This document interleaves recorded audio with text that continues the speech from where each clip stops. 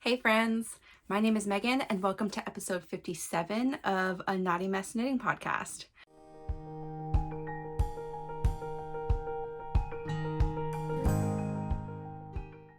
Hi, this is September. We are in September. It is September 5th, Thursday. That's when I film on Thursdays, and it is kind of early in the morning. And I have lots of stuff to talk about. I cast on more projects. Yes, I cast on a lot of projects last week. I finished something. I am spinning a ton. Oh, there's so many things to talk about. Okay, but let's go over the normal agenda for anyone who's new here. This is a normal like knitting diary. I'm so glad that you're here joining me. I really created this for myself. And because some of my friends encouraged me to do it because I knit a lot, and it's been a really great way for me to kind of keep track of how I'm feeling about projects. I can look back on them if I talk about mods and other things. I'm doing better at Ravelry notes also because of this, even for projects that aren't tests, which I'm notoriously not that great at. Like, don't even put in the size sometimes. Like, I don't know what I was doing. So getting better at this. But it's been really fun to just talk about how I'm feeling about projects too, because it's like a nice check-in, because sometimes you're just sort of struggling through something and talking about it out loud, you know, helps on occasion. If you're a talk out loud person, maybe you're not. Apparently I am. I'm not really like a think out loud person at work, so it's fun. I don't know, it's like a different side of me for the knitting life. Okay, so also, if you're new, I'm Megan. I live in the Pacific Northwest, just north of Seattle, with my husband, our daughter, our dog, and my mom. And we're a happy house. I normally go over what I'm wearing, what I've finished, including spins, what I am making, what I've purchased. Oh guys, there's so many acquisitions too. Okay, what I'm reading or what I've read that week. I don't always talk about the books I'm reading because I read a lot, so it's too much. And any other, you know, thoughts if I have them. So there's so much to cover this week. I'm going to try to keep things brief-ish, but you know me, I can't do that. So let's go into what I'm wearing for real. This is the Kip Sweater. This is a test knit for Rebecca Clow, who is the Abbye. I'll put a picture here right now of me wearing this. I just took pictures. It's slightly shady in my backyard in a corner right now in the morning, and the sun is strong already here today, and I'm hot. So I'm gonna try to keep this on the whole time, but I'm pretty warm right now.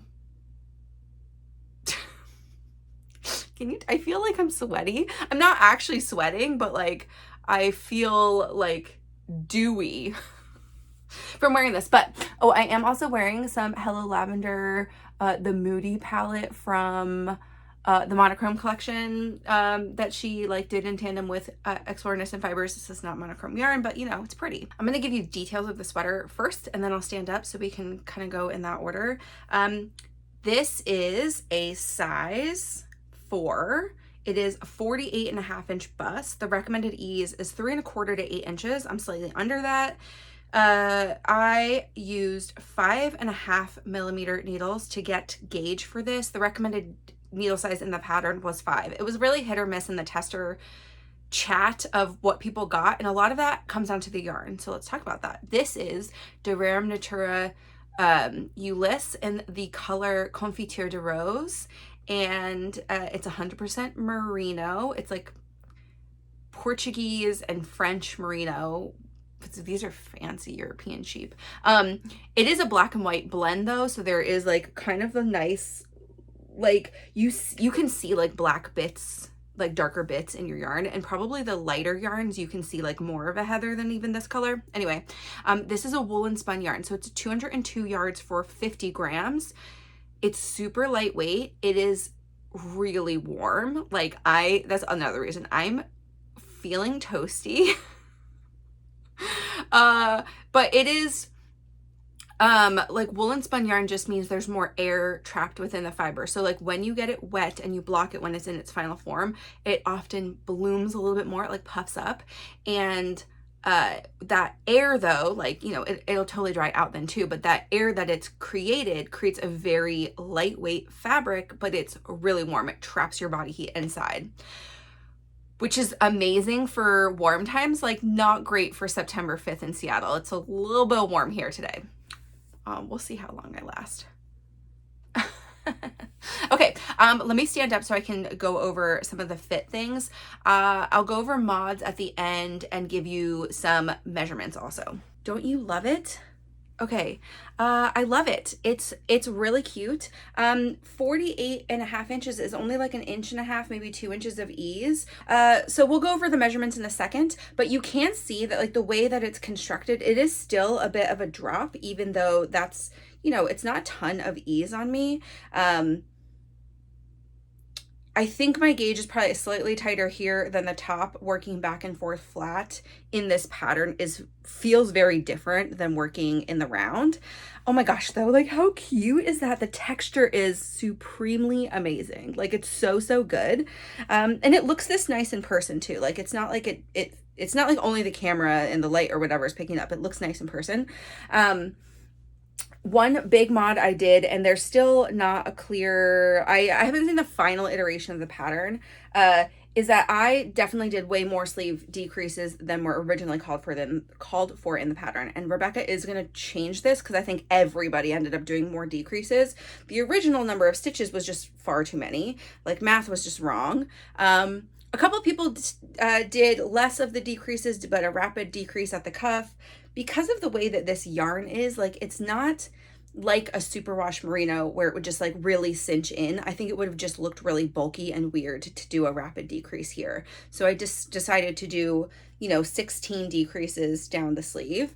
I think that's what I ended up with. I put it or will put it in my Ravelry notes if I didn't already. I think I already did, but the construction of this is just like a lot of other drop shoulders out there. You are knitting along the back, although this one, you can kind of see that, you can see that line there. This one, instead of casting on all the stitches and then doing short rows, you are actually just cast on a small amount and you do increases. There's a selvage edge, which is what that pickup is. You pick up and wrap your stitches around, you know, you're doing a longer shoulder, and then you do some increases to create the neckline. What's nice about this is like, because of the way the pattern is, it would have not like looked as nice if you didn't have this Latvian braid. I'll talk about the Latvian braid in a second when I sit down. But yeah, like overall, here's the back. It's super nice. It's really cute. It's flattering. The sleeves are a perfect length for me. Actually the cuffs being this wide, you know, I like a kind of like this. This is my preferred cuff, like right wrist circumference. This is actually okay with this. I think partly because it's so warm right now, like a little extra air in here is nice, but yeah, it's really cute. Okay, do you love it? All right, let me sit down. Let's talk about a couple of things. So the Latvian braid, you do them on all the edges. Rebecca puts in one method. There are basically like, I mean, maybe there's more, but I've seen like 2 main methods for a Latvian braid. I put in my Ravelry notes the instructions for what I did. I don't have the link to the video because like it was, someone had put like an Instagram one in. I watched it once. I couldn't find it in the chat again. I don't like tests that happen in Instagram chat. You already know this about me.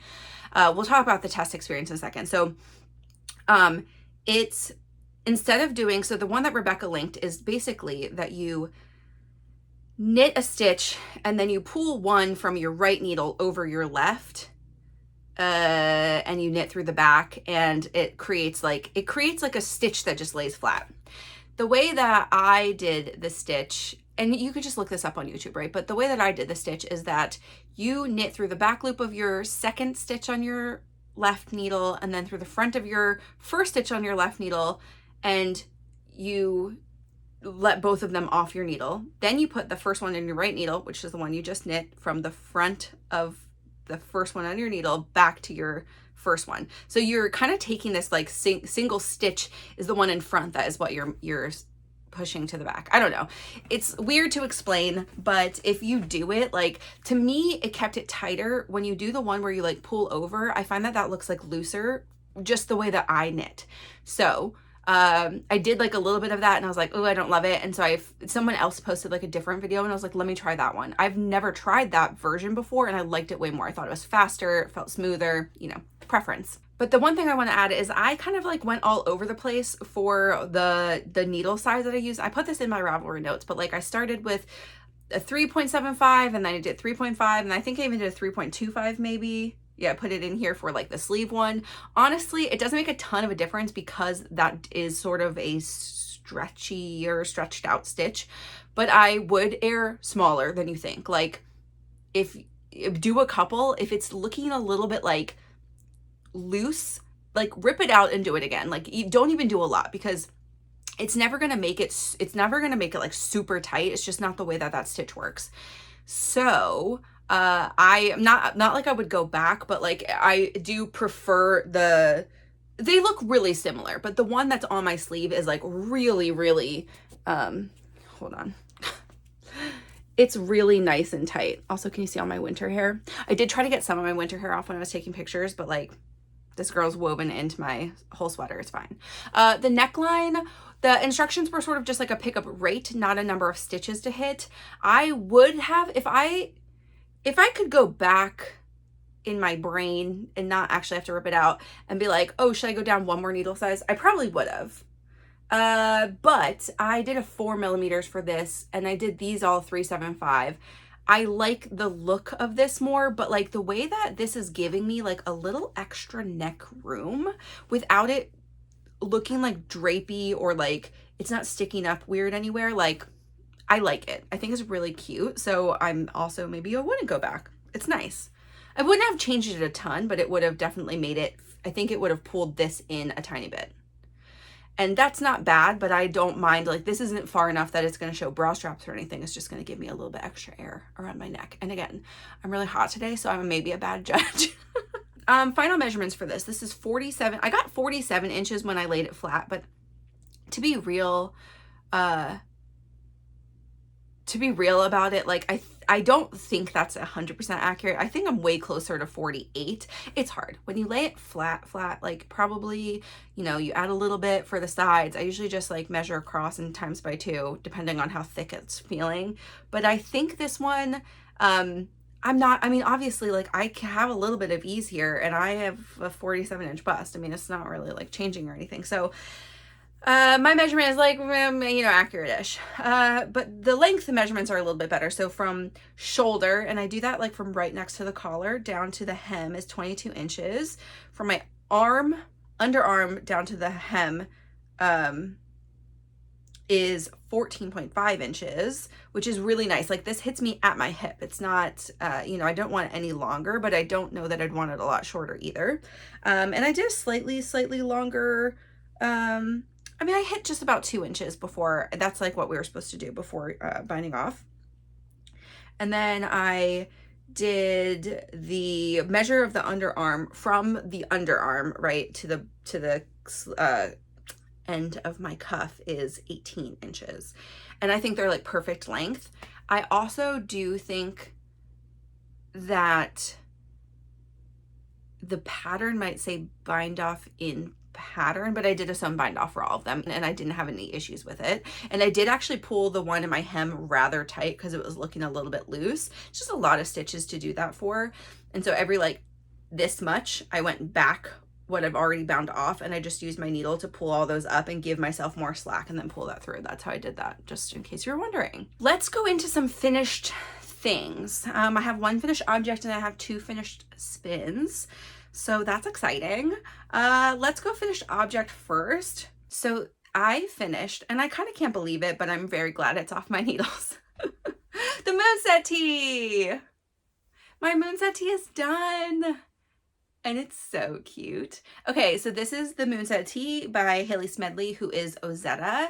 It is a top-down V-neck with like this very nice, like it's collar at the same time. Like I don't even know what you call that in construction, but you do the collar as you're doing the rest. You overlap and create this nice little, like it just looks so polished and finished. Join in the round knit. It's just stockinette everywhere else, and all my edges besides the neckline, I did just do I-cord. First of all, because I ran out of yarn. So the hem thing, also like I would have made that, I would have just had to make the call and hope for the best on yarn. And I was feeling a little stressed. So I was like, because I thought about doing like my Scotch broom wrap, except for no wrap part, a horizontal, essentially like what this looks like in the top here, a horizontal connection, like hem on the bottom. I could have done it if I had more yarn. This is 3 full skeins of yarn. I think, well, okay, we'll talk about this in a second. So let me tell you what I did knit. This is size 2X. It's 50.5 inches. Recommended ease is 4 inches. For me, that's 3.5. So right in what's recommended. I used 3.25 millimeter needles for the entire project, except for the I-cords, which I did use my Cordsmith. And I, again, used my regular size Cordsmith. I tried the mini, not on this project, but I tried the mini on something else, and it is made for like lace weight to sport weight. I think like just the hooks are a little bit smaller. The actual object itself is the same size, like what you're holding in your hand, but the hooks are like a little bit smaller, the latches, and they're closer together. When I did that with a fingering weight yarn, it was a pretty tight I-cord, which I think there's a time and place for that for this particular thing. And maybe it's also the way I do it, because I kind of hold my yarn. I mean, maybe I'm strangling it when I'm doing that. I don't know. But for this, I definitely didn't want it to feel like a really different gauge or something. So I opted for the large one again. And I think it just makes like the perfect I-cord for a fingering weight project on the edge. Like there's no puckering. I don't have to pick up anything extra. I literally just bind off one, you know, on my left Cordsmith leg or whatever every time, and that's all I do. And it's super easy. Anyway, this yarn is Explore Knits and Fibers Earthy Sock in the colorway Sangria from the Spain collection last fall. Like almost exactly 1 year ago, I ordered this yarn. It took me a while to get it. And I knit it before I, you know, how great, before I do my next Explore Knits order, which will happen. Yeah, this is 100% non-superwash merino, 436 yards for 100 grams. Again, I used every bit of my yarn, and I'm talking every bit. So I was just like happily knitting along, and I thought to myself, I was pretty close to the 12 inches, which the body's supposed to be 12 inches. I thought to myself, you know, maybe I should weigh this and then weigh after a round or two and just get a gauge, because you do 3 stitches for the bind off, right? So like that'll give me an okay idea of like what I need left over. Yeah, I didn't do that. And I was just like, oh, this is probably enough for the bind off. It was almost enough for the I-cord bind off.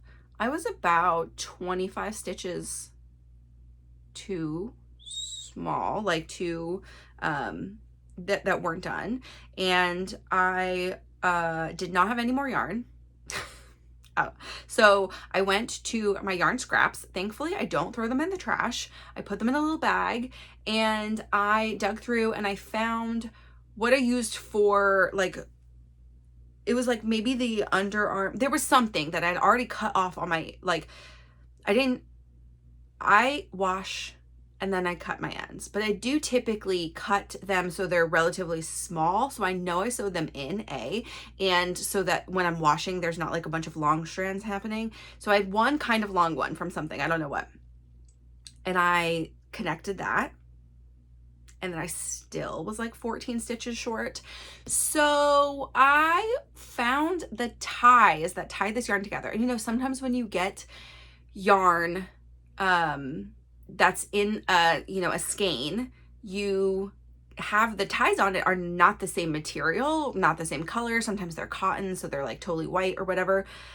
This one, luckily, was all also earthy sock. So I took those ties and I tied them together onto, like with magic knots, onto this little scrap I had left for this, and I used 3 of the 4 ties to get me to the very last stitches, and it's done.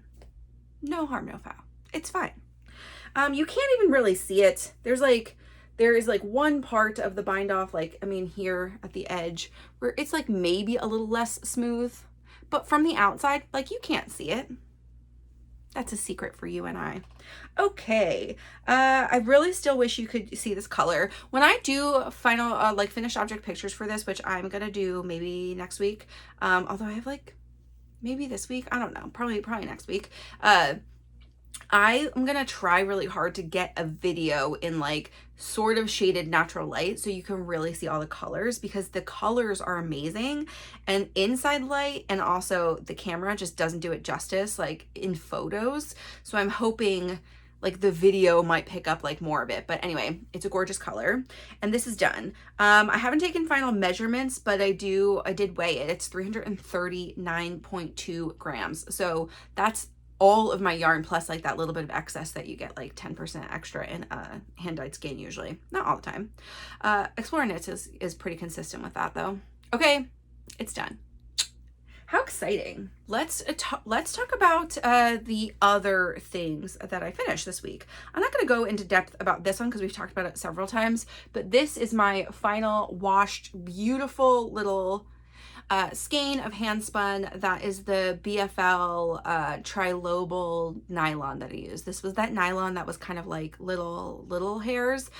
It does give it this, like, beautiful shine though, and it's the nylon. The nylon is shiny. Yeah, I mean, it's pretty consistent spin. I would say this is probably like a heavy sport, maybe a light DK. I didn't do any of, like, the measurements or anything yet. I didn't weigh it, but, like, it's done. I've not been doing really great job tracking that anyway, so maybe I'll start next year. I should set it up this year. I have thought about it. I started a Monday board, another one. Yeah. That's like fiber in to the spin, so I can kind of know, like, what the estimated yardage is also, but I don't have a yardage counter. So if I ever want to really do that, I'm gonna need to, like, buy one of those eventually. It is really pretty though. It's soft, but it's not quite as, like, it's got bounce to it, but it's not as much as this next spin. So this next spin, I did, like, a little palette cleanser. I don't even think I showed this to you guys. Like, I just did this over the weekend, sort of. So this is, I think this is a super fine, oh no, I did. I showed this to you last week. I was done both bobbins, but I hadn't applied them. So this is like a super fine merino and a targhee. So the targhee is white, which is why you're kind of get this, like, it's kind of like a barber pole effect. And then you get the colors of this, of the super fine. I have, like, not a lot of the super fine left. I did, like, I had tried to spin some of this targhee. I didn't spin it quite as thin as I did the super fine. I knew that because I was fighting with the targhee, which I'll also talk about in a second. But, like, this is super, I mean, it's like, I had, this is probably like 7 ounces, and I just powered through on one bobbin. It was a really full bobbin, but I, like, kind of just got past the halfway point, and I was like, I don't feel like making 2 skeins. So you know what? I just did what I was gonna do, and it's fine. It's super squishy. It feels really nice. It's got that, like, maybe targhee also has that sort of matte feeling like Rambouillet does, because that's got, like, that feeling a little bit. And it's, yeah, it's really nice. When I was spinning it though, you could see this color change is rapid. I'm very glad I did not ply this with itself, because I think it would have looked, like, not very nice. This is giving me, like, all of the, yeah, super fun spring vibes. So probably not something I'll use for me, but probably something I will use for baby. And this is quite a lot of yarn. This is probably close to a DK weight, and I could definitely get her something out of this, like a baby sweater, a half a cardigan, like, use this with any other color that's in here and do some color work. I'm not really sure. But it's a good amount.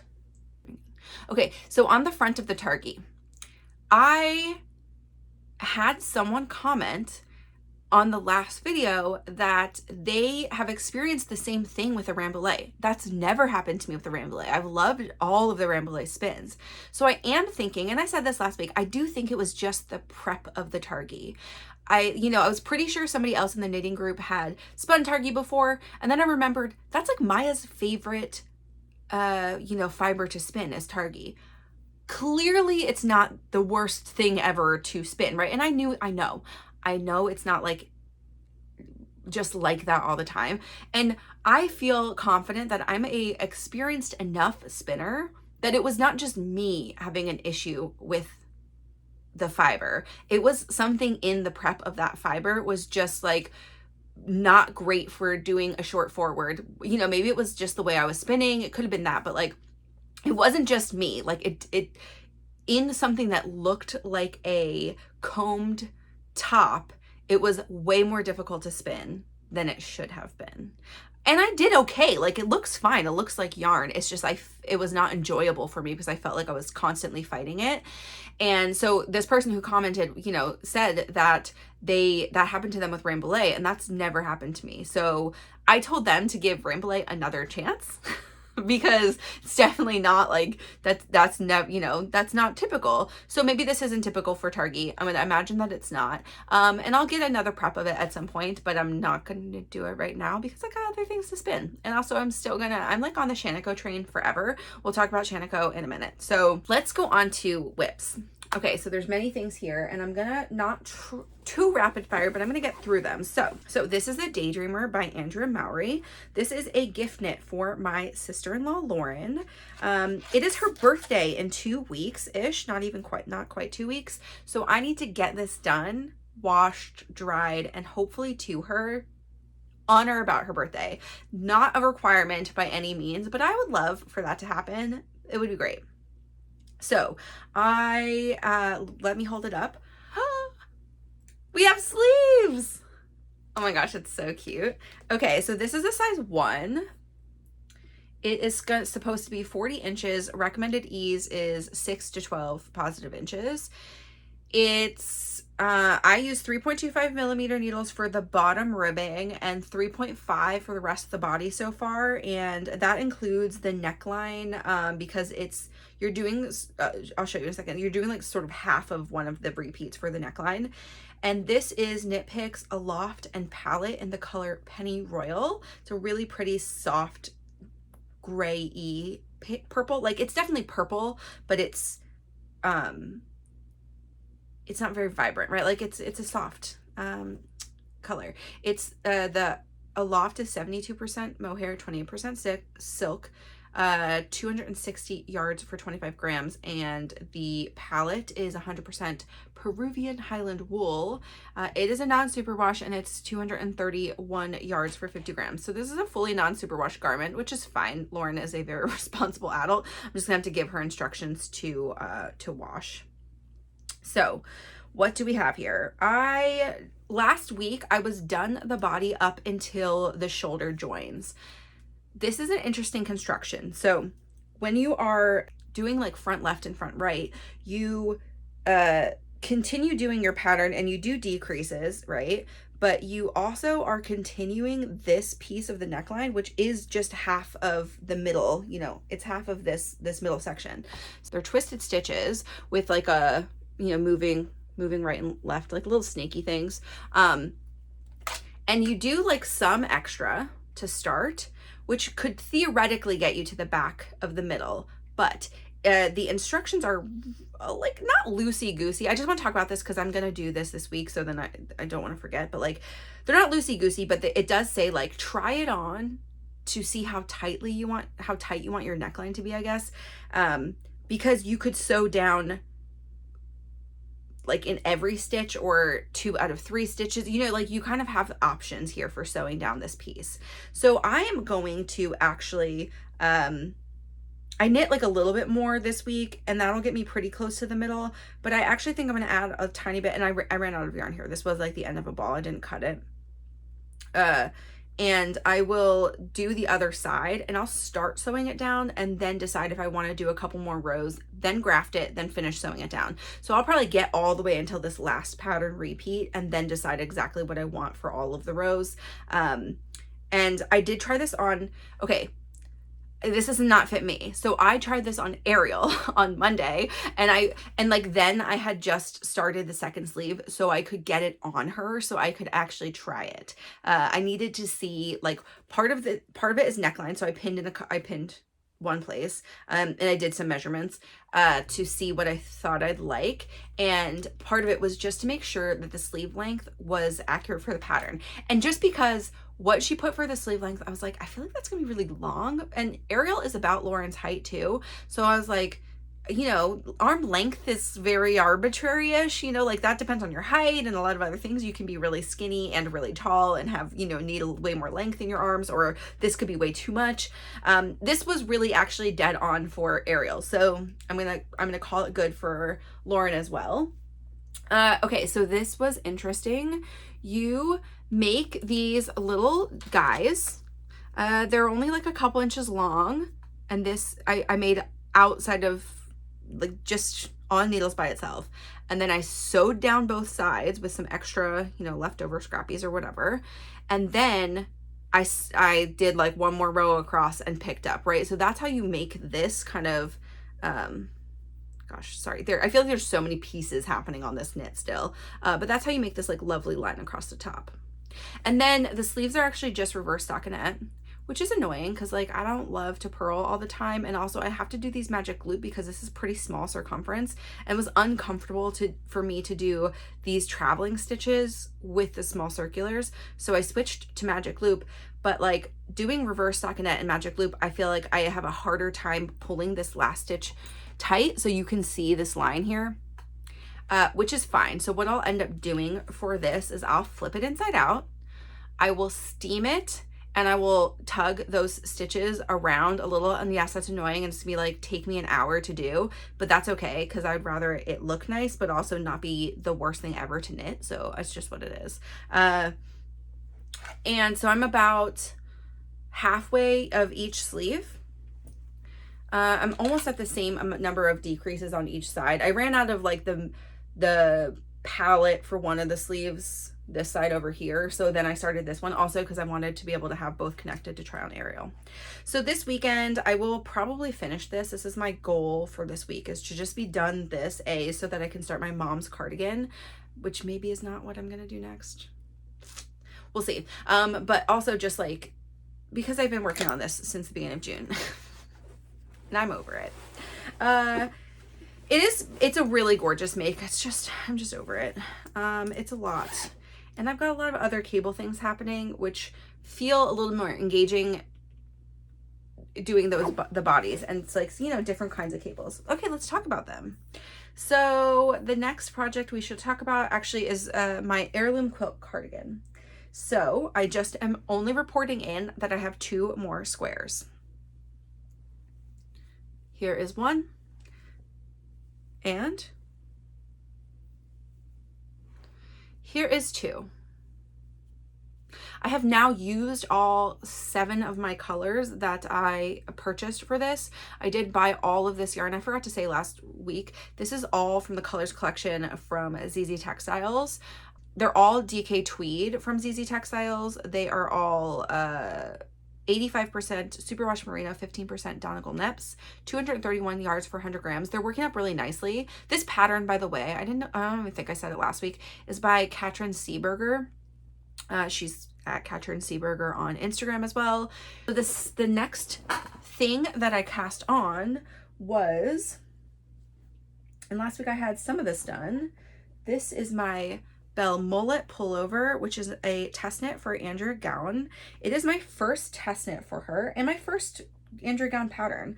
I don't typically, I mean, sometimes, I don't often now test for people who I haven't tried their patterns, but she's got a really, like, I really like the look of her pattern. She's got a lot of pretty successful patterns out there, so I felt secure in this. This is half-ish of the back panel now. So I've not done a ton of rows, but I will, you know, continue adding to this. I wanted to finish the back panel, but other things happened this week. It's really pretty. This honeycomb pattern is really nice in this, like, this heavier weight yarn. And you can now see kind of one full repeat of what the cables look like. And they're like a fun swirly business instead of just, you know, like, it's not like, you know, it looks kind of like 2 braids overlapping. It's really pretty. And it'll happen, like, you know, those just occur every 20 whatever rows. And then we've got this nice, like, seed stitch. It's a double moss seed stitch, whatever, Irish seed stitch, I don't know the difference. And you can see, like, one of the sides has twists going one way and one of the sides has twists going the other way on both sides of that panel. It's been really fun and engaging to knit. It's pretty easy to, to do. And the chart itself is only, it's only this tall, so it's not that many rows, which also kind of makes it feel like you're accomplishing something. So I'm about halfway in the back, and then I'll do some arm increases, I think, for my size, and then move right along to the front. I definitely will be done the back this week. My goal is like by the weekend to actually be done this ball of yarn. So whatever that requires for me to get to, that's my goal. Okay. Let's move on to another cable project. I know. Life is crazy right now. Don't ask me. Don't ask me. I have been really enjoying textured knits though. Yes, I just finished like a stockinette t-shirt, but I've got to say, like, sometimes I wanted to put that down to give my brain some exercise for doing a fun texture thing. This texture felt like it took 1 gajillion years. Although I really love the outcome. The cables are like, these are slightly bigger, like both of these are worsted weight or, heavier weight yarns that are just engaging and growing quickly. So it's like very, very fun. It's best of all the worlds. This is my 3 Seasons pullover. It is a knit by Abbye and Selena, who are Woolen Pine Designs. It is both of them. They both contribute to the patterns. And they're both active in the test channels. Oh, I never really went over this. This was my second test for Rebecca Clow. Okay, so I didn't really even say, like, would I knit this again? I don't know, to be quite frank. This texture is gorgeous, and it's not very hard to do. Like, it's pretty easy, but it did feel like this, I had to think a little bit more for the top, and then the in the round, for some reason, felt like it was growing so slowly. And it is because it's a mosaic knit, so you are slipping, so the pattern is like just a little bit denser. Like, there's a lot. I think it's only 22 stitches across in gauge, but 44 in length. So like, you don't typically have quite so much of that of a difference between your stitches and your rows. So like, just purely because it felt like it took forever, would I do it again? It was a little bit of a slog. Maybe, maybe not. I love it so much. I love the fit. I love everything. Like, maybe I would. I don't know. I just think it's really flattering. Like, I don't know. I like all the details. The pattern itself is, as I've said before, a little less detailed. Though I don't think in this one, because it does have like a lot of things going on, I don't think it's very difficult to read. There are just sections that say, read your work to stay in pattern. So like, you just have to know what that means. But I don't love chats in Instagram. Yes, this was in a Google Doc, so people would and should have been putting their comments in the Google Doc.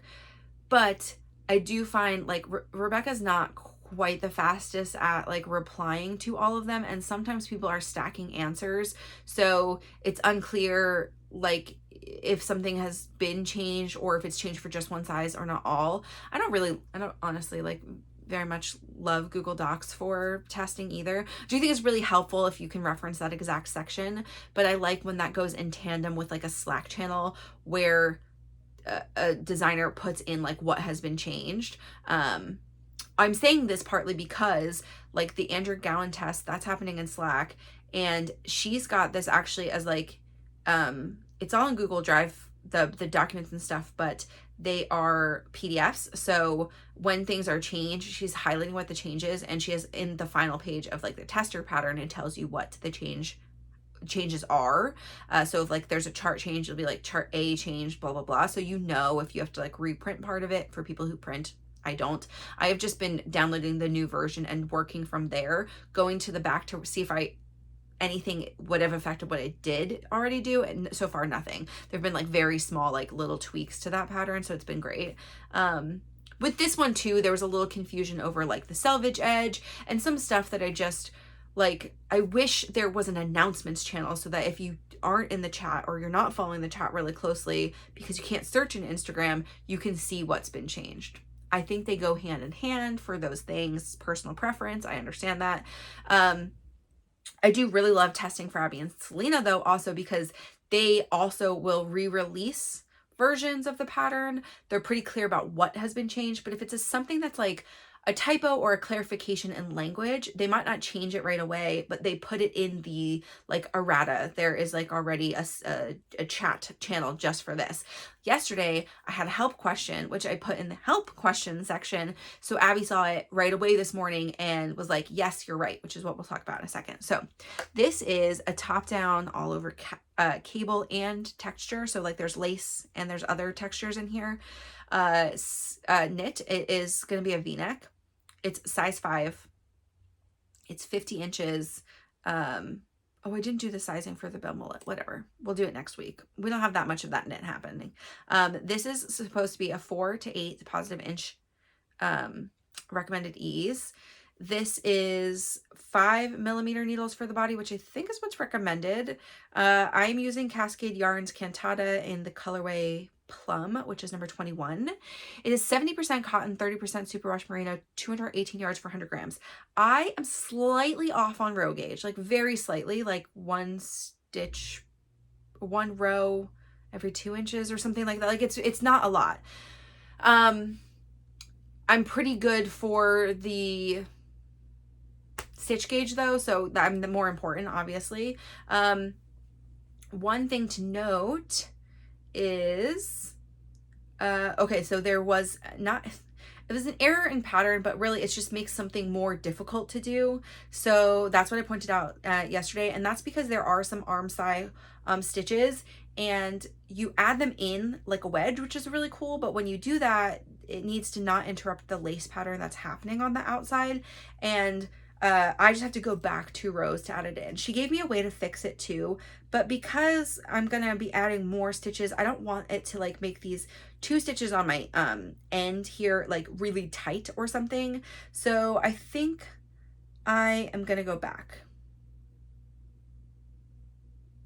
I could maybe wedge them in. I don't know. We'll see. We'll see how I feel. Ooh, that's the back side, and that still looks so fun. Okay. It's so beautiful. It's so beautiful.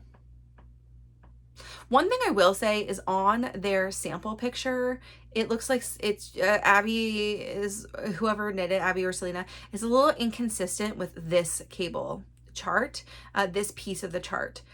So in some of the, actually like 1 out of 4 of the cables you can see in the front picture of that I post when I talk about it, has this outside cable going over. And to me, that's incorrect because you want them to, they're mirroring each other down the middle. So I did what was written in the pattern, and it's doing what I would deem as the correct thing. Obviously, it's not my pattern, so there's not really a correct or not correct, just whatever they want it to be. But I probably would correct that myself if it was the way that it looked, because it looks like lopsided then. Anyway, yeah, this is so great. I stopped last night because I had that question. So I am all the way done up to the arm side. That's only a few more rows to add then. And it looks really long. And again, I'm a little bit off on row gauge, but I think part of it is just because of like where this sits, and like your back is not the same as your front. So it's hard to measure on your front for your back. Like your back is always going to be a tiny bit longer, like, or should be, for it to sit really nicely. And this is going to, again, sit like right up at my shoulders. So I think this is fine. I kind of laid it across my back last night and I was like, no, that feels more like right in my armpit. Adding the extra few rows will be okay. We'll be okay. So there's that. Let's see. What's next? Okay, I have my test knit for Sari Nordlund. I am going to show just part of this one. And again, I told you I'd show you some of the cast on, but I can't show you the full project because this is a test knit for Sari Nordlund's new summer knits book, or spring knits, or I don't know what it's going to be called. But the patterns that she's asked for testers for so far all look like they're pretty much summer knits. So this is going to be a camisole. It's called the Aurora Camisole. It is it's top down. It's got some lace work. I'm making a size 6, which is going to be 47¼ inches. Recommended ease is 0 to 2 inches, negative inches. the size down was a little bit too small for me. So I think it was like maybe like 44 inches. It was just like a little bit. I was like worried. I didn't want it. Also, I decided I want to use summer yarn, so I didn't know, like, it's not quite as stretchy, right? This one feels pretty stretchy. I got new yarn for this. Okay, so I was going to use something I had in stash, and let me show it to you. So I was going to use this yarn, and this is Oh Wool Balance. It is a color sulfur. It's 50% cotton, 50% merino, and it's a DK weight. This is perfect for what I would need for the pattern, but, and it feels nice, but this is not a great color for me. It actually looks okay, like when you see the contrast like this, but this is really close to what my Toasted Tea is. And when I wear that, like the whole thing next to my body, it washes me out a little bit. Like, this is a summer color, which is complementary to a winter color, but it's not my best shade. Like a Kelly green is good for me. This, not so much. But right after I filmed, somebody put in the In Search of like chat on the D-Stash Discord that they were looking for a like this color green cotton summer yarn, like in DK weight, some amount of yardage, right? And I was like, hey, I have this also, then I can go buy new yarn for this. I could have maybe done this with something in stash, but I don't really have that many other summer yarns that are DK weight or that weren't accounted for something else.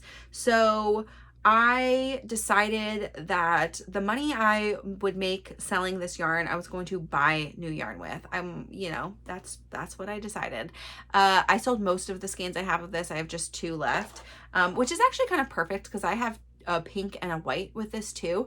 And I might make the baby something because this would be a really good like summer dress for her or something next year. And so I'm going to reserve this for a next year knit for her, or even when she's like 4. I don't need it to like run away from my stash right now, but probably it's not for me.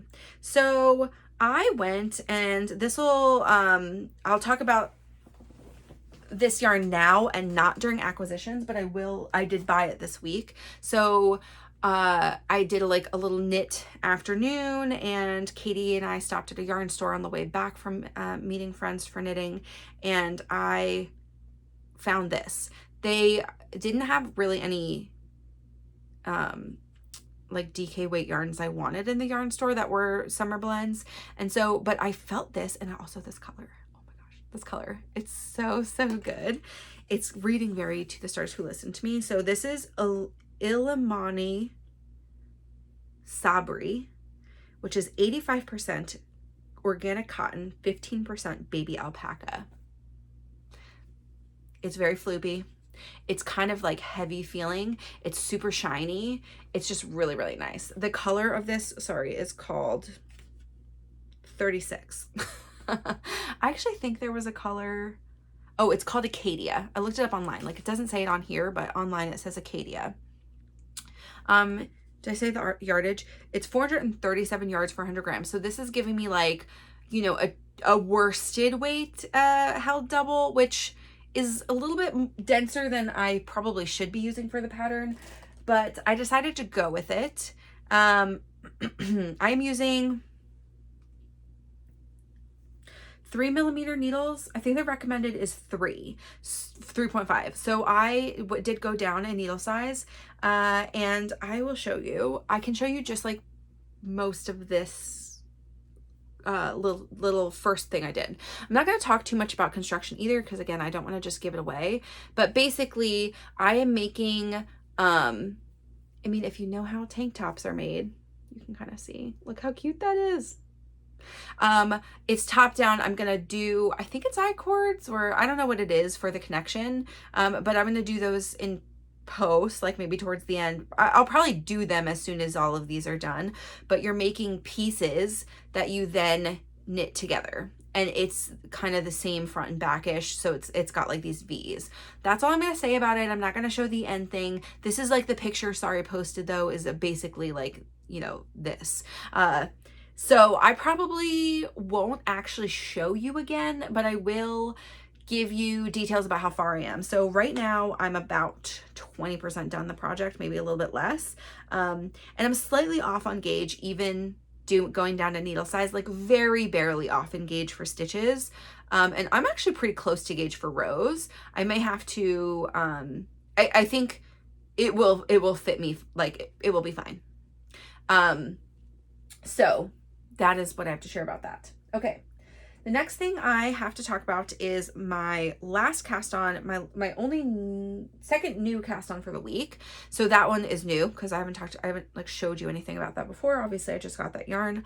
I did get 3 skeins and I am holding it double. So I did 2, like I'm not pulling inside outside. That's a mess to me. Okay. I cast on a new project. It's really like this way, but that's harder to hold. This is the Lauder pattern by Rebecca Clow, who is the Cray Abbye. Let's look at that live. Wait, that's not focusing super well on this gray. Why is it fuzzing it out so hard? It's like it cannot read this gray color. Wow, that's weird. Okay, that's a little bit better. There. Okay, so pretty, so cool. So this is an all over cabled pattern.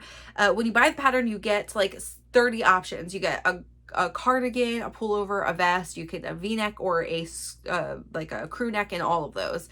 I am doing this is going to be a v-neck vest. So I cast this on with Ariel. So this is a buddy knit for us. This is on my Make 12, my adjusted. It's the only pattern I adjusted in my Make 12 from the Haley vest to this, just so I could give myself a difference in cables since I just did that sweater, you know, a couple months ago.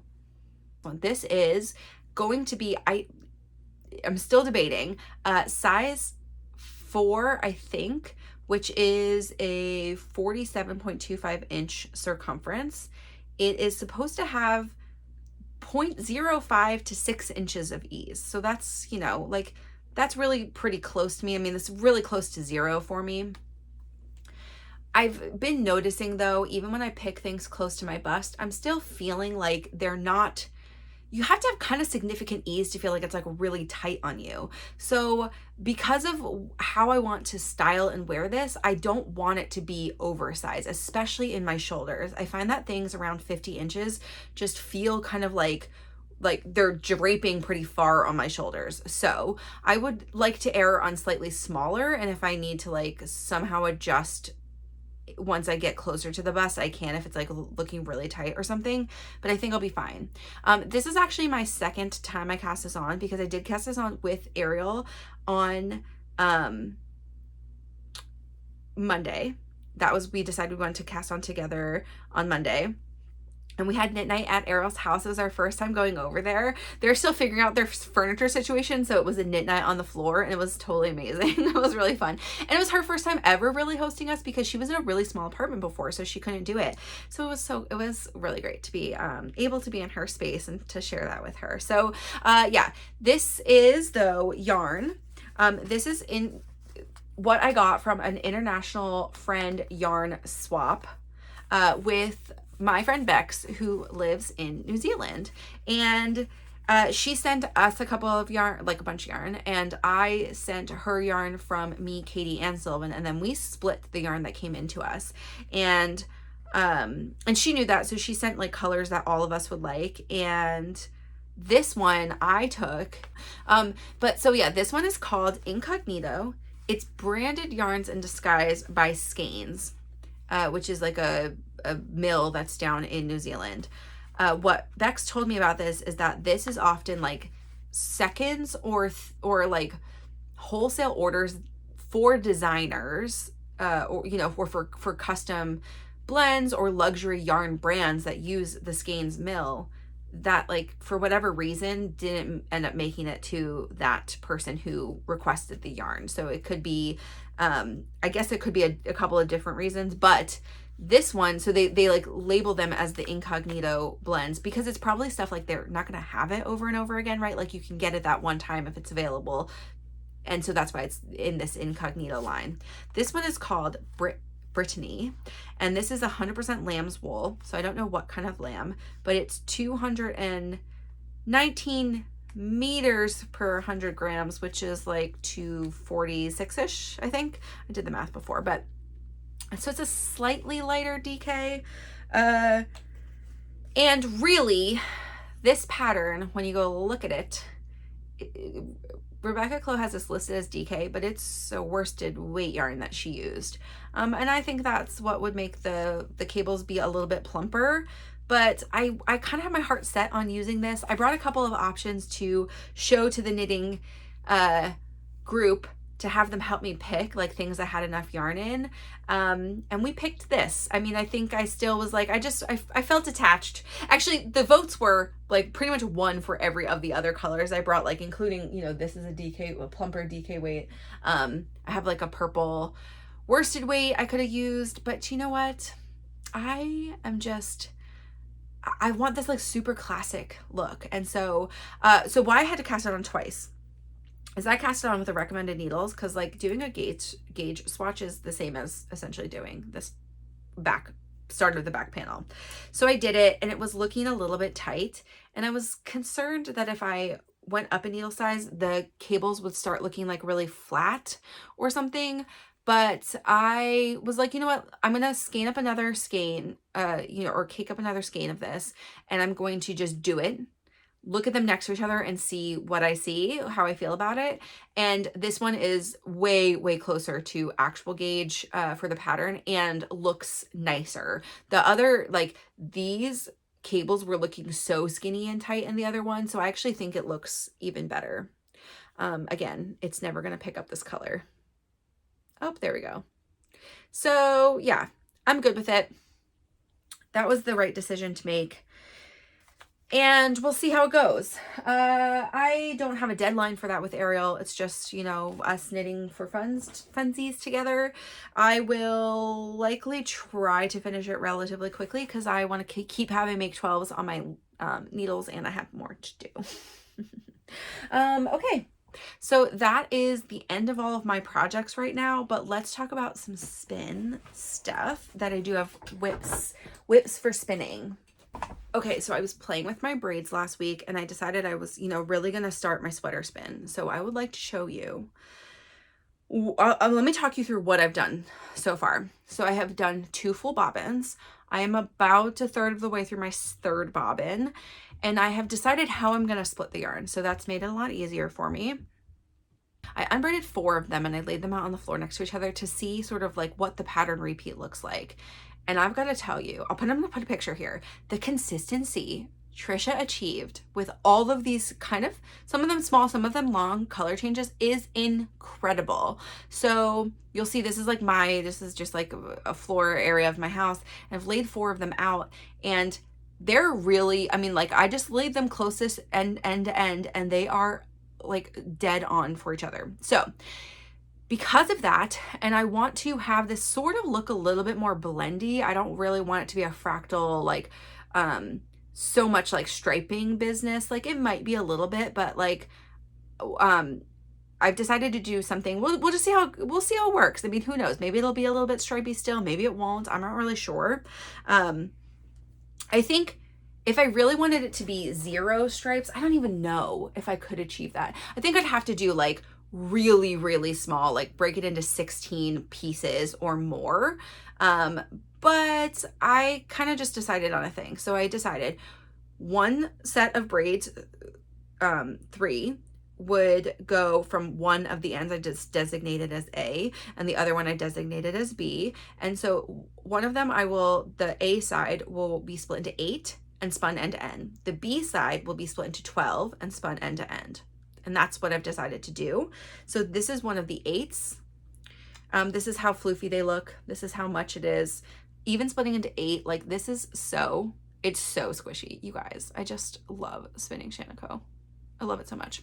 Okay, and you know, they're not all exactly the same, but as close as I could get them, right, in 8s. And it's sort of just like how the fiber split, how it wanted to be split.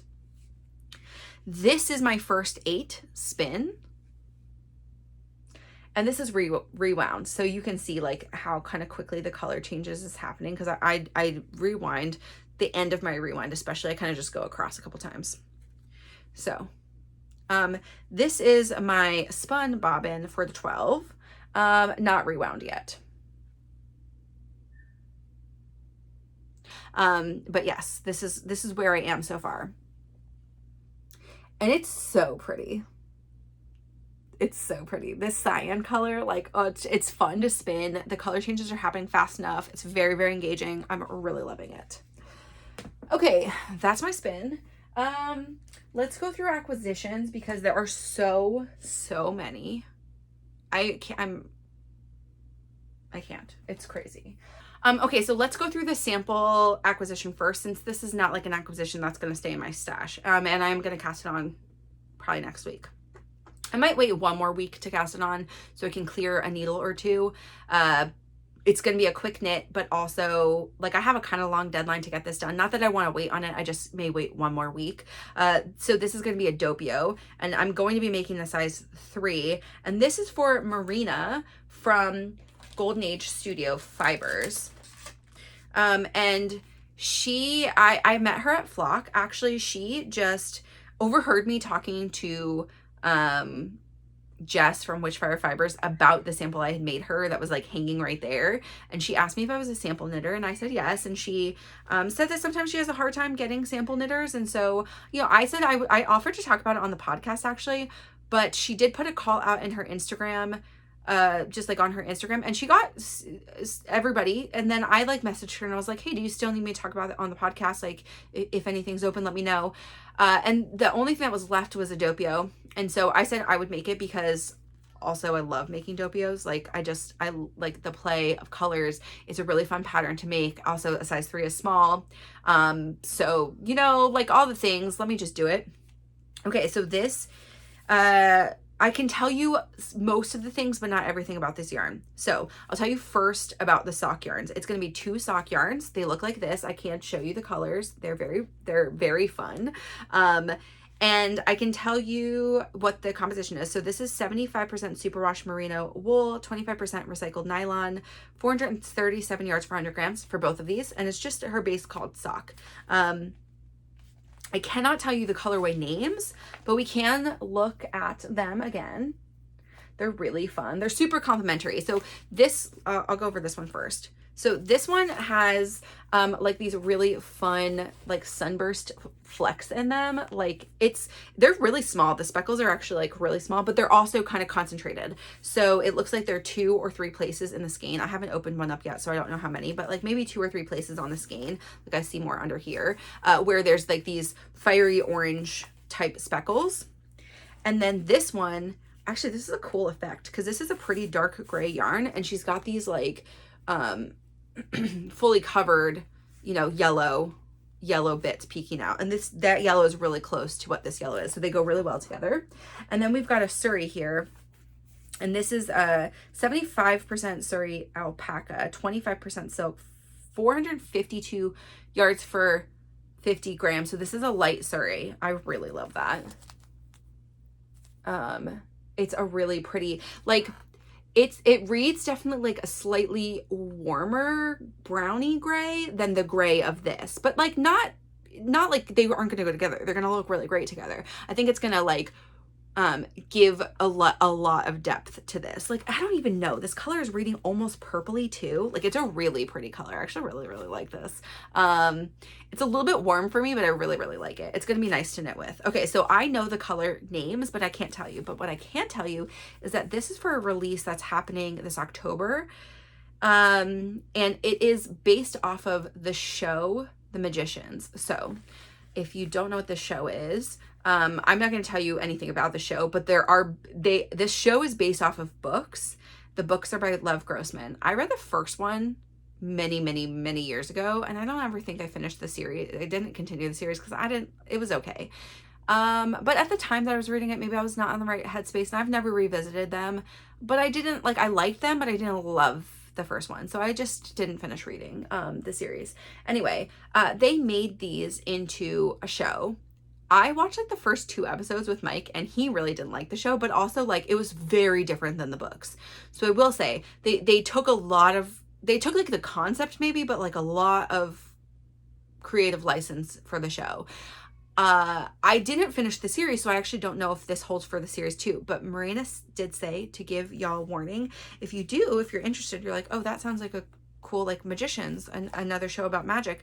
She did say it gets rather dark. Like it's pretty, maybe look up trigger warnings. It's definitely not a show everybody should be watching. So there is that for you. I'm really excited to get this going though. And once she starts revealing colorway names, I'll also share with you the ones that I've used in this. But I think she'll start releasing, I think she said October. So and maybe they'll start before that, but maybe the pre-order opens in October. Anyway, I will continue to share all of the things about this, just not the colorway names. So there's one acquisition. And that's actually too much yarn for it. It's like 2 of each of the skeins. For the size 3, we should be good on yardage. I think I mentioned this the other week that Erin from Back Loop Yarn and Fiber was having a sale. She's discontinuing her worsted, superwash worsted base. So I bought some because, you know, I'm helping her out and also because I wanted to. So these are all earmarked for patterns, kind of, sort of. There's one that I may flip-flop on, but some that I won't. So I got this color, which is called Single Trap with 2 parts. It's part of her Disenchanted. I never remember what it's called.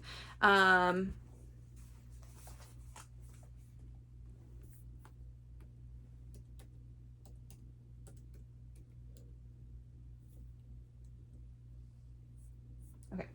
It's part of her Disenchantment like release. I think maybe the more recent one, maybe this was in the first one too. Anyways, this really, really beautiful like gunmetal gray color. It's got like a silvery hint to it. It's got the shine from the superwash. It's just really nice. It's almost got like, you know, gunmetal gray has like almost like a blue tint to it. Anyway, so that's what this is, and I think it's gorgeous. I got an enough of this, and I don't remember if I need to hold it with, I might be holding this with a fluff, and I'll probably err on a, like, do it with a mohair, not a suri, or a really thin suri. Anyway, this is for a fennel jacket, which is a pattern by handmade by Florence Miller, and this was like my like gifted pattern after making the mixed rib camisole, and it's really pretty. It's kind of like, it's like an all over textured cardigan. So but it is, I think that it's worsted plus a mohair. Maybe I got maybe it's a DK plus a mohair, and that's why I just got the worsted. I don't remember. But anyway, it's like, it's rather heavy, so it's going to be more like a layering piece. Okay. The next color I got is essentially black, but it's Lucy. It's a basic worsted. It's a semi-solid black, right? Like it's not black, but it's dark. And this is also from the Disenchantment colorways. This one is, it's good. It's a really good, like, it looks like way more, you can catch more of the depth in color like light like this, but to the eye it looks like it's pretty dark. It's like a dark gray, dark black.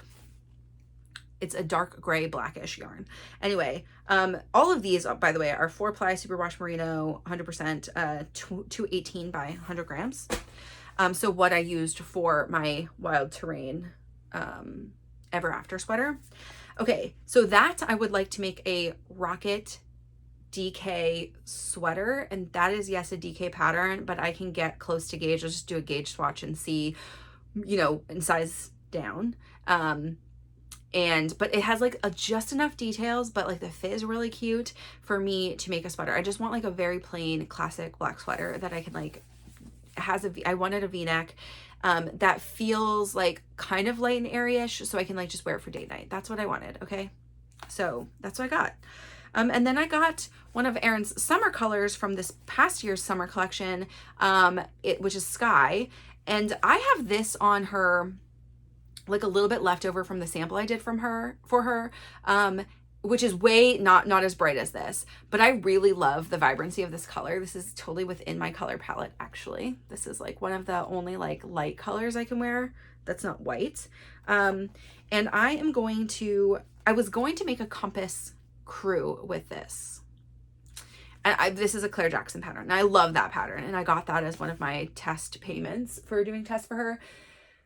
But now I'm like, I'm wondering if it's enough depth for that. Maybe I want to use something else, but I don't know. Maybe I do want this. I think I want like a really classic sweater pattern with this, like something very classic I can wear a lot. Okay.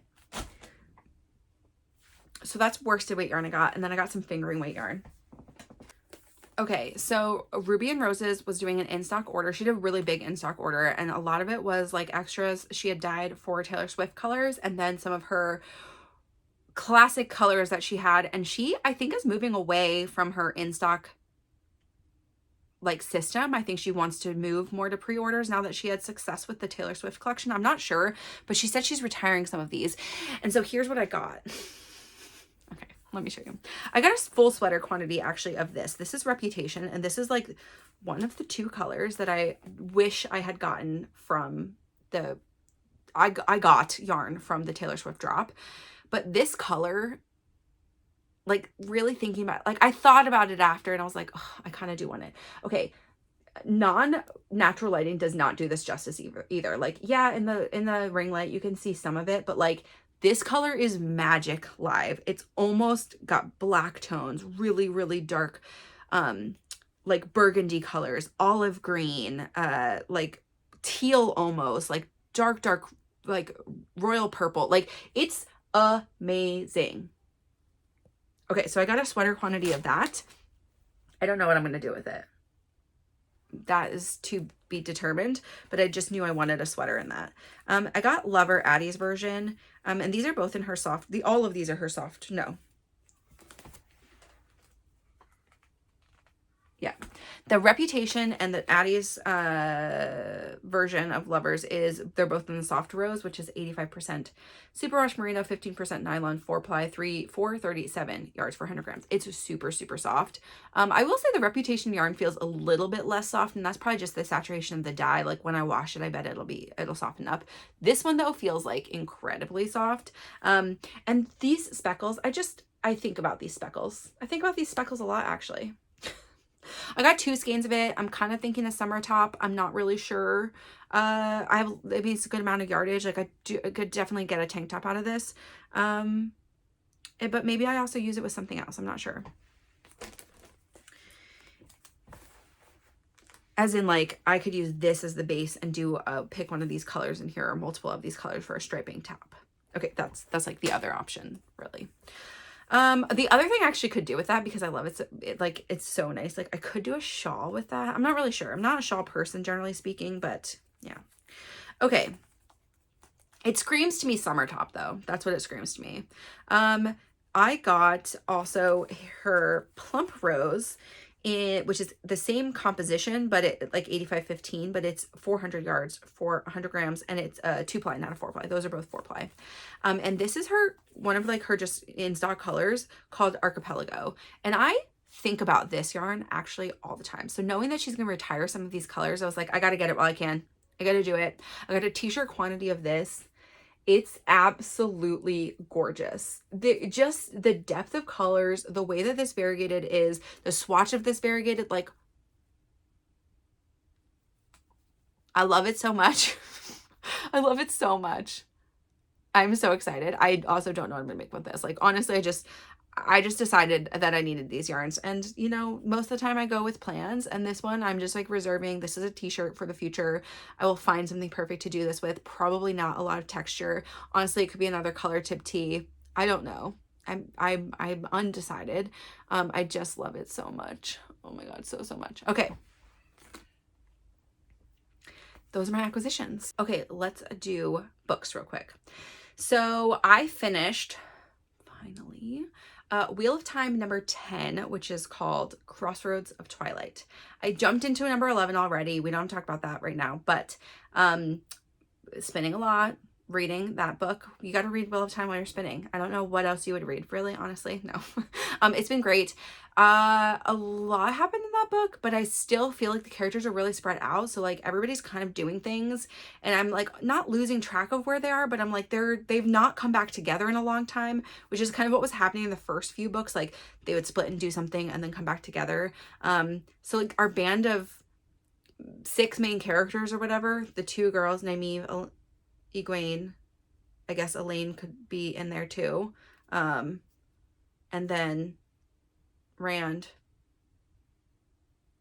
Matt, and Perrin. Like those are like who we start out with. Elaine less so. So like our 4 or our 5 from Emond's Field, like none of them are with each other.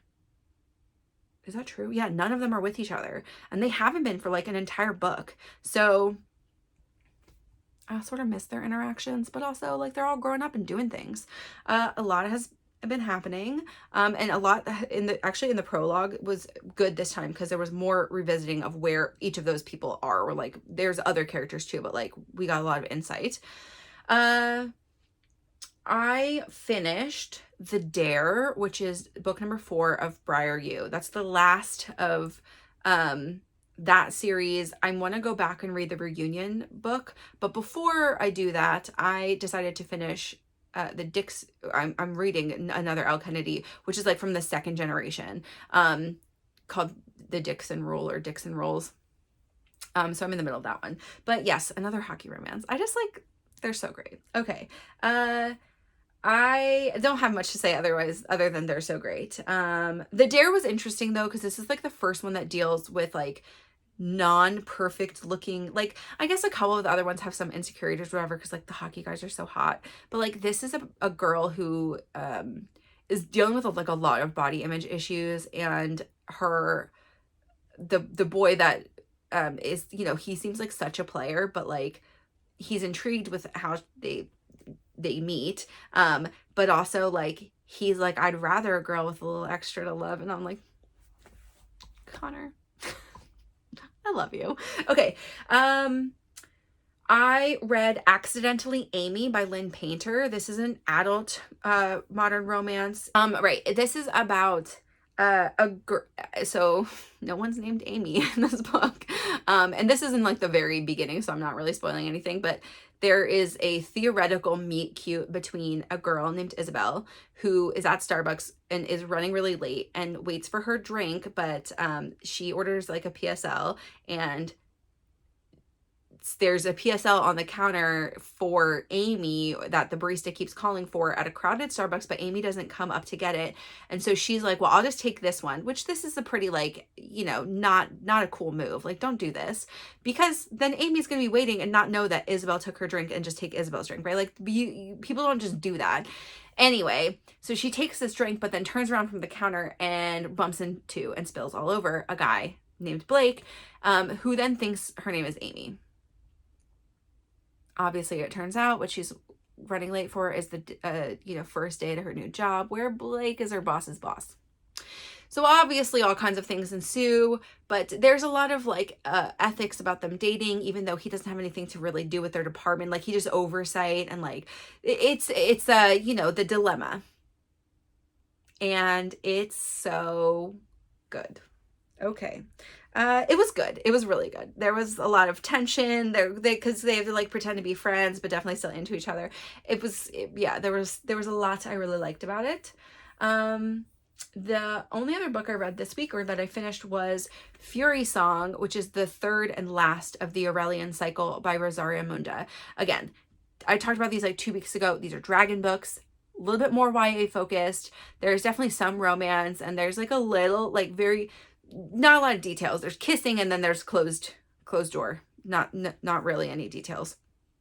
So you could totally recommend these to a teen without, any real issues, or people who just don't love, smut, but like a little bit of star-crossed lovers, because that's kind of what's happening more. The third one was definitely like, I don't feel like the second was just set up. I felt like a lot happened. There were surprises still. And then the third one was good. I'm feeling a way about how the second one evolved in the surprise, and I really felt like there was just not going to be a good solution to what was happening, but these characters get creative in what they need to do, plus something happens that you don't expect necessarily, though I should have seen it coming, that throws off like the final plan or whatever, that changes how it happened, what happens. I really love how the resolution with like the main last bad guy, like the baddie bad. I love what happens there. I love actually the resolution between the two main characters, Lee and Antigone. I think that it was a good resolution. It's not, they sort of like, they're growing up during this really hard thing. Like they're actively growing up into becoming who they're going to be. And it seems as though their goals have somebody has to give up something. And instead they find a different way. And I really liked it. So, but it's not traditional. It's not traditionally like just now we're together happily ever after. It's very interesting how they did this. So I think totally worth it. Really good series.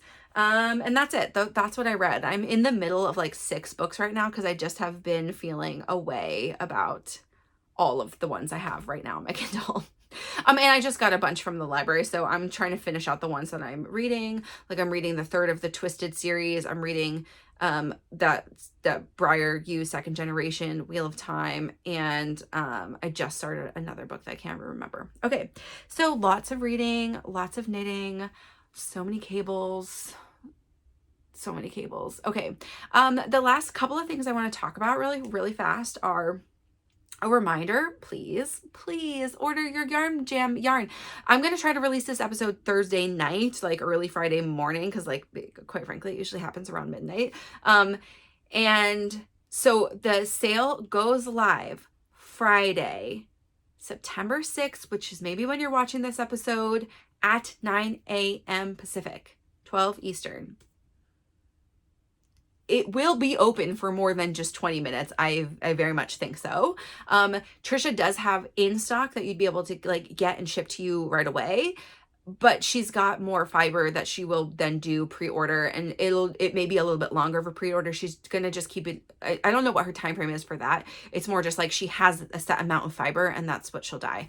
The pre-order though, if everything doesn't go away right now, is going to be open till the end of the year. And I don't know if she's like going to supplement, like if she does sell out of the fiber she has right now, I don't know if she'll close it for a period of time and reopen for when she has more, or she'll just tell those people that order after is that she's going to have to order more fiber to, I don't know. We don't know how successful this is going to be. This is maybe her first pre-order or one of her first, like definitely her first in collaboration with podcasters. So we get to like talk about it. So it's a different audience coming to her. Anywho, you can get a discount using the code. I'll flash it here. I'll put it in the bottom. A Knotty Mess, all caps, no spaces. On when you buy, you can only, it's one time use per customer. And that may also just be like, I don't even know if you could use like Ariel's next, right? Like, I think that you can, as a customer, you can just use a podcaster code once, I'm pretty sure. So just like get what you actually want and need for this. It's 15% off. Once per customer. Okay. Do I have anything else to say about it? We have 5 podcasters, as you may remember. We've got Casey from Young Folk Knits, Marlene from Marlene Knits, Emily from Gently Chaotic Knits, and Ariel from Airy Knits. Please go check out their podcasts. I'll continue to link them below right now.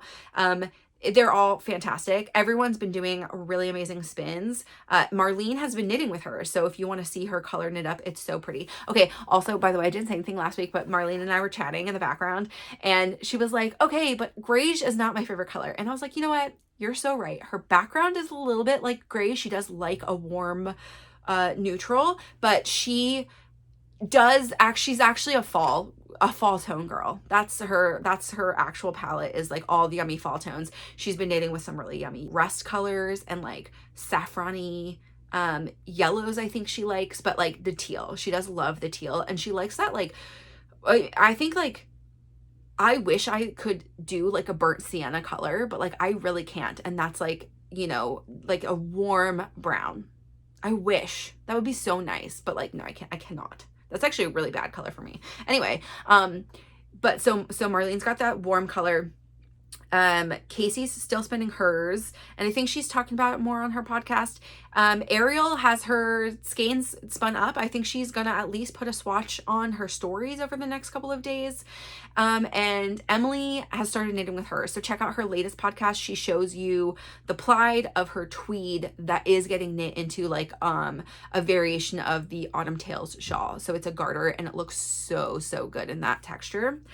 Okay, so that is coming up. Please don't forget. It's going to stay open. I'll probably talk about it more because I'm obviously knitting or going to be plying up my color theoretically soonish and knitting with it theoretically soonish. And so I want to keep talking about it with you guys. And so, you know, if the collection's still open, like you'll have time if that changes your mind, if seeing it knit changes your mind.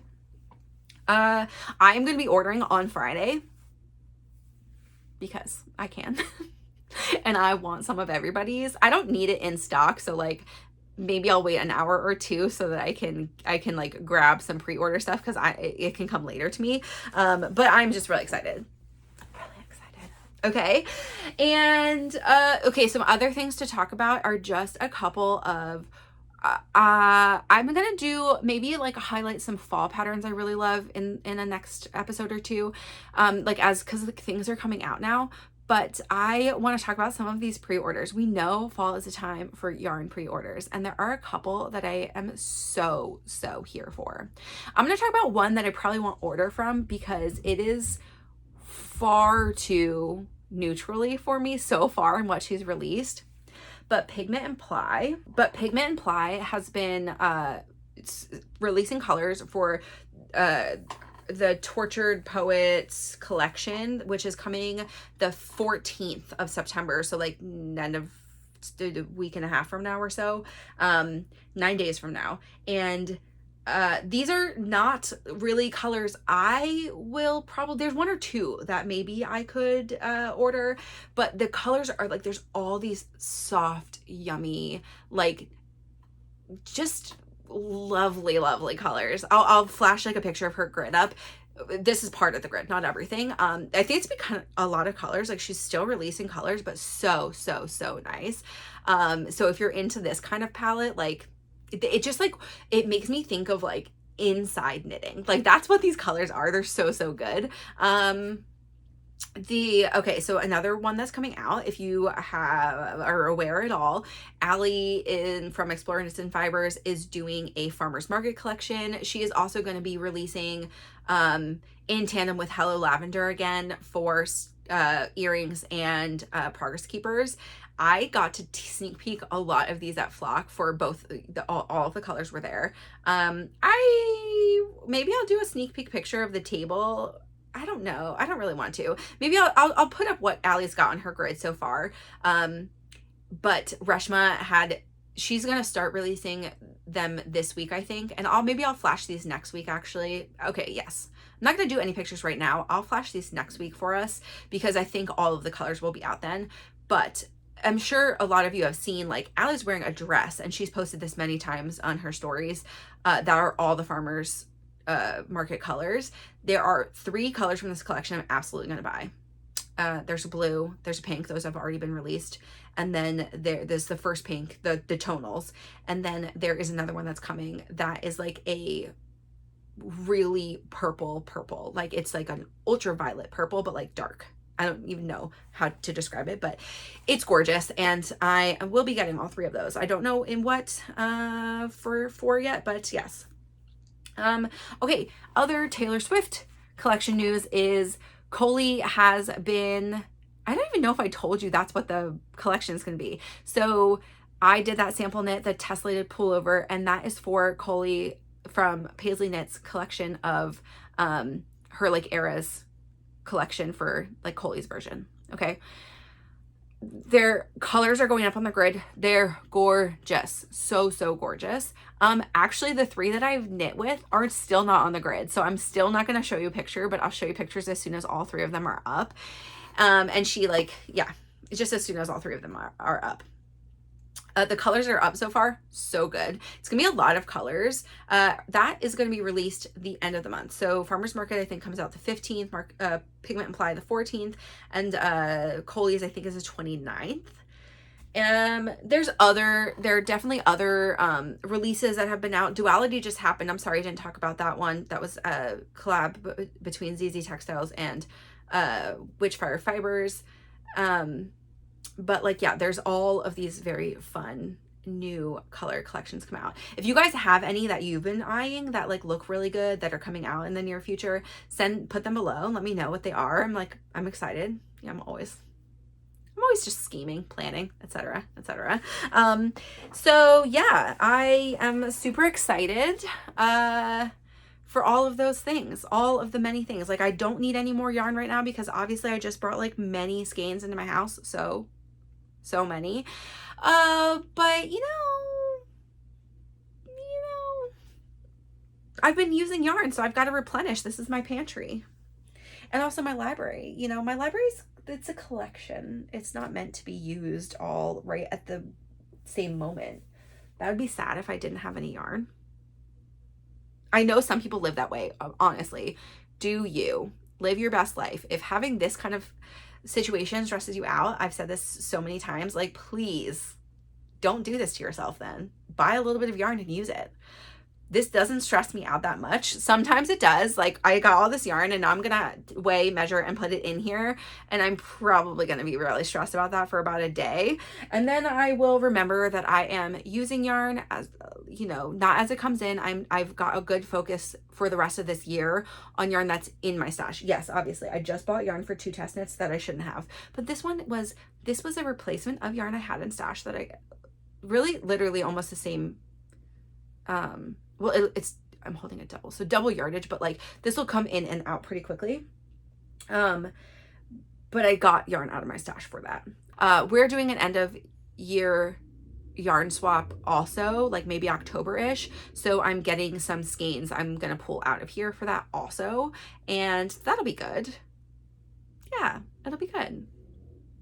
It'll be great.